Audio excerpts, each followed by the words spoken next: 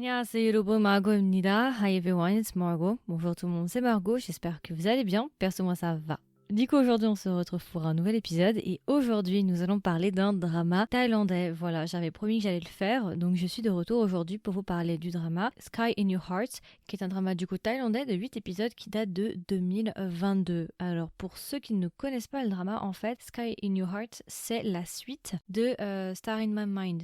Du coup, ça, c'est la saison 2.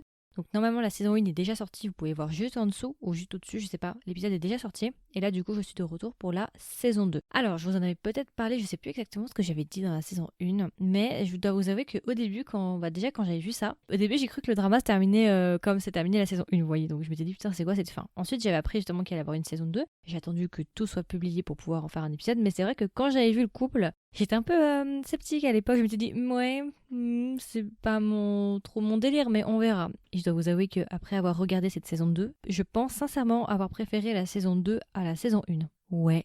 Ouais. Et pourtant, comme ça me vendait pas forcément, voilà, j'étais pas hypée quoi en les voyant. C'était oui, mais c'était sans plus quoi. On en reparlera, de toute façon, vous inquiétez pas, je vais vous faire les résumés, mais voilà. En vrai, je pense que vous pouvez regarder la saison 2 sans avoir vu la saison 1. Alors c'est vrai que vous allez quand même avoir besoin de quelques petites informations quand même, mais c'est pas vraiment obligatoire pour comprendre la saison 2. Vous pouvez très bien commencer par la saison 2 et après retourner sur la saison 1 et ça peut fonctionner. Ok, alors du coup, j'ai pas vraiment besoin. Enfin, je vais quand même vous donner le casting si je vais vous le donner parce que vous connaissez les acteurs, mais j'avais pas donné les noms. Alors, dans cette saison 2, on va avoir en tout 4 acteurs. Le personnage qui jouait dans la saison 1, Fa, vous savez, le médecin, le frère de Dao, du coup, Fa, qui est le médecin, va être l'acteur principal. Et nous allons avoir un deuxième acteur qu'on nous a introduit dans la saison 1. Alors, je me rappelle plus exactement, mais à un moment, on nous avait introduit un personnage qui s'appelait Prince, Prince. Prince. On nous avait introduit ce personnage-là vers la fin, je crois, et là, du coup, il est acteur principal avec Fa. Et du coup, pour les acteurs, du coup, celui qui va jouer Prince, il s'appelle Mark, et celui qui va jouer Fa, il s'appelle Mek. Voilà. Mais juste pour faire une petite référence à la saison 1, vous allez avoir aussi les 2 acteurs principaux de la saison 1 qui vont faire leurs apparitions dans la saison 2. Donc si vous les avez mis dans la saison 1, Clone et Dao, vous allez les retrouver dans la saison 2 de temps en temps, ils vont revenir. Et après, il y a d'autres personnages secondaires, enfin bon, vous verrez de toute façon, je pense que vous les connaissez. Donc là, on va avoir une romance entre Fa et Prince, donc un médecin, et Prince du coup va jouer un professeur. Alors de quoi parle du coup Star in Your Heart? On va se retrouver du coup avec Fa qui est un médecin et je sais pas si vous avez vu la saison 1. Du coup, je vais pas vous spoiler la saison 1 si vous l'avez pas vue, mais à la fin de la saison 1, il se passe un truc énorme pour le personnage de Fa. Ok, je vais pas vous dire ce que c'est, mais voilà. Et en gros, en fait, le personnage de Fa, du coup, va devoir se rendre, faire du bénévolat, en fait, dans un village en plein milieu de la montagne. Donc, du coup, au début du drama, le personnage de Fa, qui est un médecin, va se retrouver obligé de faire du volontariat, d'être médecin volontaire dans un village perdu en plein milieu de la montagne. Et en allant là-bas, il va faire la rencontre d'un autre personnage qui est en fait le professeur bénévole. Et justement, il va faire la rencontre de Prince, qui est un professeur bénévole dans ce même village. Et on va dire que les choses vont très très mal partir pour ces 2 personnages-là. Ça va être un petit peu un enemy to lovers. On va dire qu'il va y avoir beaucoup de malentendus entre Fa et Prince. Et du coup, on va suivre leur romance dans le village pendant, je crois, 1 mois ou 2, quelque chose comme ça. On va les voir se rapprocher tout en vivant justement en plein milieu de nulle part dans la jungle. Donc voilà, c'est à peu près tout pour le résumé. Je vais pas en dire trop, je vais pas trop vous donner de détails parce que je vais vous laisser découvrir le drama. Mais pour ceux qui regardent un petit peu des dramas thaïlandais, ça devrait vous rappeler un autre drama. Et puis si vous m'écoutez un petit peu, vous savez que récemment, enfin au moment où vous m'écoutez, ça fera déjà un moment, mais pour ceux qui m'ont suivi sur Instagram, il y a quelques temps, j'avais parlé d'un autre drama que j'avais beaucoup aimé. Je l'avais découvert après tout le monde, hein. J'étais arrivée vraiment après tout le monde, mais je l'avais beaucoup aimé. C'était A Tale of Thousand Stars, ok. C'est le couple Earth Mix là, vous voyez. Et bah en fait, ce drama, pour moi, c'est clairement similaire à A Tale of Thousand Stars. Mais clairement, alors c'est peut-être pas le même village. Et encore, parfois je suis tentée de dire c'est le même village, mais c'est pas le même village.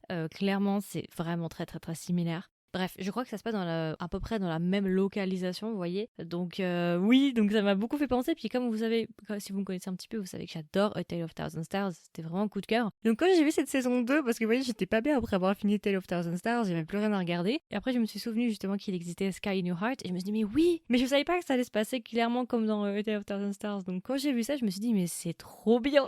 J'étais trop contente. Vraiment, j'étais vraiment très contente. Donc voilà, donc oui, effectivement, déjà, je peux vous le dire, c'est un drama que j'ai beaucoup aimé. J'ai préféré, je pense, la saison 2 à la saison 1, comme je l'ai dit avant. Je pense, après, ça fait un moment que j'ai pas regardé la saison 1.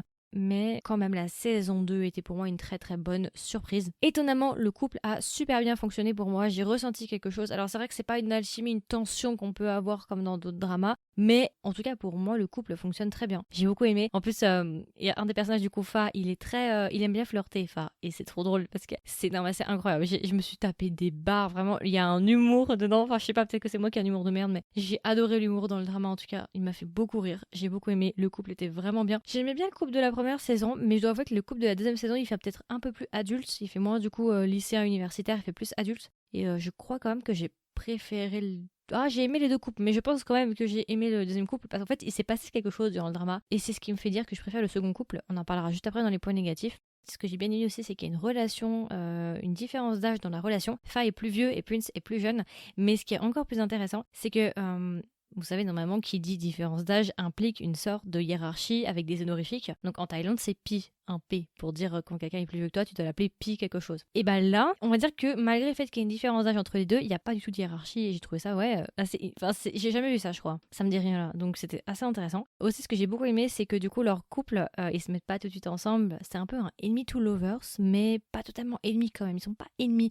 Mais on va dire que ça va partir quand même sur des mauvais termes. Et c'est un peu un hard to get. On va dire que Prince, voilà, il va pas se laisser séduire si facilement, vous voyez. Donc non, j'ai beaucoup aimé. Franchement, le couple fonctionne bien. Les moments de flirt étaient juste incroyables. J'ai trop aimé. Genre, ce gars, il m'achève. Non, mais je me suis tapé des barres. Je vous dis même pas, j'étais en train de rigoler toute seule dans ma chambre. Mais vraiment, il me faisait trop rire. Vraiment, j'aime trop Fa. Il est shameless. J'adore. J'aime beaucoup trop. Ce que j'aime bien aussi, c'est que du coup, comme je l'ai dit avant, c'est quand même des adultes. En tout cas, ils sont plus vieux. Donc ça, j'ai bien aimé. Ça change un petit peu que tout dans les romances d'université. Là, c'est bon. C'est mignon, hein. Mais ça fait du bien aussi de changer un petit peu de registre. Et du coup, pour les points négatifs, qu'est-ce que j'ai comme point négatif? Eh ben, j'en ai juste un. Parfois, en fait, le couple de la saison 1, donc Dao et Clone, était trop présent. Par moments, j'étais en mode, non, mais ils font quoi là? Partez! Ça m'intéresse pas. Je veux savoir ce qui se passe entre Prince et Fa. Donc ça, c'est assez drôle parce que je pensais pas réagir comme ça, mais j'étais tellement dans leur couple de la deuxième saison que de temps en temps, les voir, le couple de la saison 1, pourquoi pas? Mais quand on les voit trop souvent, ça devient vite chiant. Mais pour ceux, par exemple, qui adorent le couple de la saison 1, mais vraiment adorent plus, ça va pas vous déranger. Mais pourtant, moi, je les avais bien aimés. J'avais même beaucoup aimé, mais j'avoue que j'étais vraiment sur la saison 2. Et du coup, si je devais recommander le drama à un ami ou une amie, qu'est-ce que je lui dirais? Et est-ce que même je recommanderais le drama? Oui, je recommande le drama, vraiment, je recommande cette saison 2. Elle était vraiment super bien. Je la recommande pour plein de raisons. Pour les personnes, par exemple, qui ont bien aimé le drama A Tale of Thousand Stars. Si vous avez bien aimé celui-là, vous serez servi avec la saison 2 parce que c'est vraiment dans le même registre. Je le recommanderais aussi pour les couples de différence d'âge. Si vous aimez bien ça, je pense que ça peut vous plaire. Je le recommanderais aussi si vous aimez bien les couples où t'as un personnage principal masculin qui aime bien flirter, mais qui flirte intelligemment. Enfin, je sais pas comment expliquer, mais c'est pas un flirt juste pour flirter, c'est un flirt genre tu tapes des barres, tu ris tout seul. Et si vous voulez aussi une romance assez drôle, bah après c'est pas non plus totalement drôle, genre à 200%, on n'est pas tout le temps en train de rire, mais il y a vraiment des moments d'humour qui ponctuent le drama et j'ai passé un super bon moment. Et enfin pour moi le couple fonctionne, j'ai beaucoup aimé le couple, même si de base j'aurais pas parié sur le couple. Quand je les avais vus, je m'étais dit ouais, comme ça, non, c'est pas mon délire. Mais bon, la vie m'a appris qu'il faut pas se fier justement aux apparences et qu'il faut laisser des chances parce que par exemple, A Tale of Thousand Stars en 2021, j'avais pas du tout aimé le couple, j'avais pas accroché au couple et j'avais pas aimé le drama. Et en 2022, j'ai re-regardé le drama et je me dis, mais qu'est-ce que j'ai foutu en 2021? Genre, je sais que je suis myope, mais j'ai dû quand même porter mes lunettes en regardant comment j'ai pu rater ça, quoi.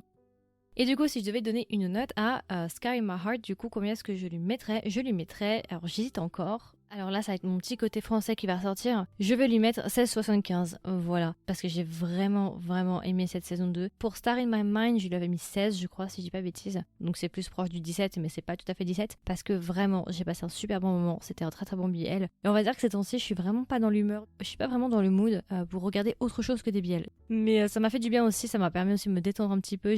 Par contre, c'était assez court. Ça, c'est bon, c'est un point négatif, pas tout à fait, mais c'est pas la faute du drama pour le coup. Mais c'est vrai que le drama est quand même assez court, il y a que 8 épisodes. J'aurais voulu en avoir plus, mais en vrai, le drama est très bien ponctué. Je trouve que le rythme est plutôt bon, il n'y a pas vraiment de longueur. Donc 8 épisodes, peut-être que c'est le rythme parfait pour cette histoire-là, pour en tout cas la longueur de cette histoire-là. Donc voilà, je pense que j'ai à peu près fait le tour. C'était ma version courte, ma version de présentation sur le drama Sky in Your Heart, la saison 2 de Star in Sky, Sky in My Mind. J'espère que ça vous a plu, j'espère que ça vous a intéressé. Comme d'habitude, n'hésitez pas à me donner vos retours. Est-ce que vous l'avez vu? Si vous l'avez vu, qu'est-ce que vous en avez pensé? Dans tous les cas, de toute façon, il y aura une section commentaires en dessous de cet épisode-là pour me donner justement vos retours. Et puis voilà, écoutez, je vous souhaite une agréable journée ou une agréable soirée et je vous dis à la prochaine pour un nouvel épisode. Bye!